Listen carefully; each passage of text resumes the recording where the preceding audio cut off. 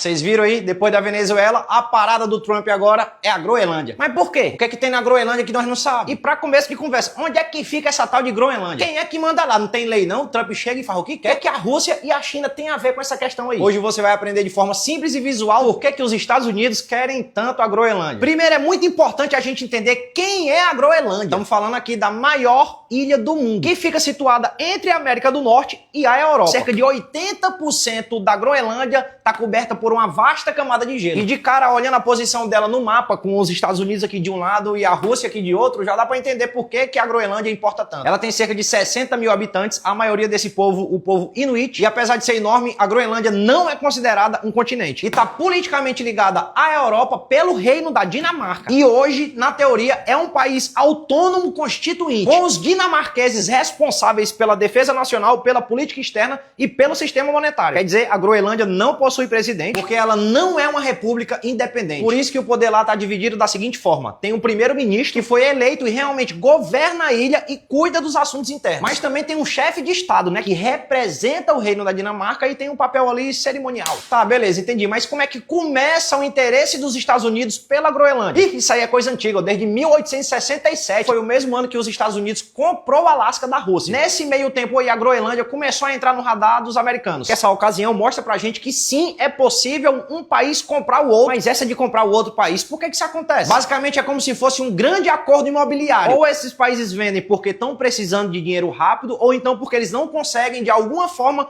cuidar daquela região ou proteger aquela região. Por outro lado, o país que está disposto a comprar observa ali naquela região uma oportunidade. E foi exatamente sob esse olhar que os Estados Unidos voltaram a sua atenção para a Groenlândia. Por quê? Porque agro é tech, agro é agro e agro é top. Depois da Guerra Civil, os Estados Unidos estavam naquela expansão e um relatório encomendado pelo governo já destacava as riquezas da Groenlândia. Que era o quê? Pesca, vida selvagem e um mineralzinho chamado ali criolita, que era muito importante na indústria de alumínio ali da época e era usado para fazer aviões. Já naquela época, a ideia de compra dos Estados Unidos pela Groenlândia foi discutida, foi até postada no jornal, mas foi descartada. Porém, tudo mudou na Segunda Guerra Mundial, quando a Dinamarca foi invadida pela Alemanha nazista e virou peça-chave no tabuleiro geopolítico. E aí surgiu o quê? O risco da Groenlândia cair na mão de Hitler. Isso os Estados Unidos não iam deixar. Isso era simplesmente um pesadelo para os Estados Unidos. E aí, para evitar isso aí, os Estados Unidos passaram a atuar na defesa da Groenlândia. Inclusive, no pós-guerra, essa presença dos Estados Unidos na Groenlândia continuou e isso resultou num acordo em 1951, permitindo de fato bases militares dos Estados Unidos no território da Groenlândia, como a base aérea de Thule, que praticamente virou ponto de observação contra mísseis soviéticos ali na Guerra Fria. Do nada,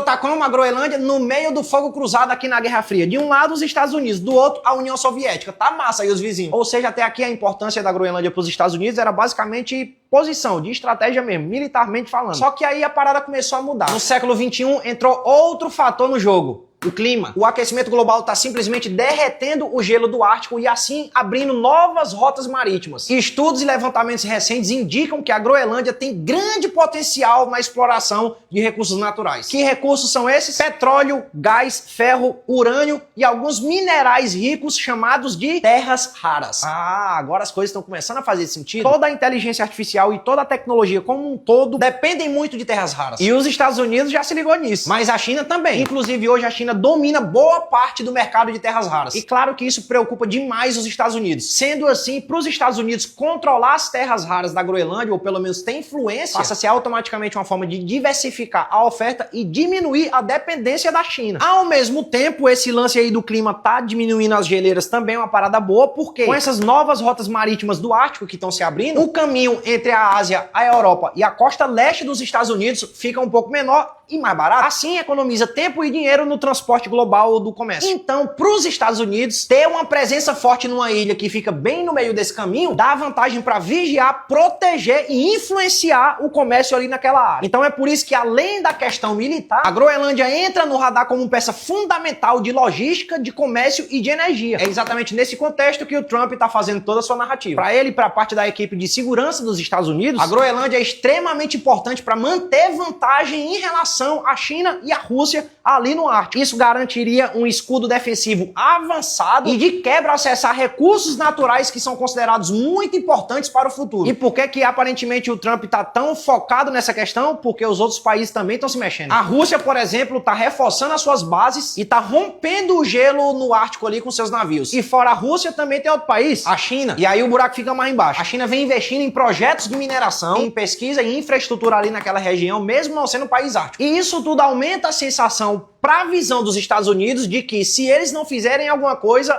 os outros países vão fazer. Só que aí tem o outro lado também, que é o quê? O lado da Groenlândia. Tanto a Groenlândia quanto a Dinamarca dizem, não estamos à venda. E reforçam que os groenlandeses querem mais autonomia, não trocar de dono. É tanto que a primeira-ministra da Dinamarca falou que a Groenlândia pertence a quem? Aos groenlandeses. E que somente a população local poderia definir o seu futuro, não os Estados Unidos. Por isso que a decisão de compra ou até de anexação do território da Groenlândia para os Estados Unidos é tão complicado. Porque não é só chegar lá e comprar. Tudo isso envolve a Dinamarca, a população local, a OTAN e principalmente a comunidade internacional, que está se envolvendo na parada cada vez mais. Agora a questão é, será que esse desejo de Trump e dos Estados Unidos vai ficar só na falácia? Ou eles vão fazer a mesma coisa que eles fizeram com a Venezuela? Ainda é cedo para dizer, agora só acompanhando para ver qual vai ser a próxima jogada desse tabuleiro. E aí, deu para entender tudo? Faltou alguma coisa? Comenta aqui embaixo, aproveita, deixa uma curtida e me segue para ver mais vídeos como esse.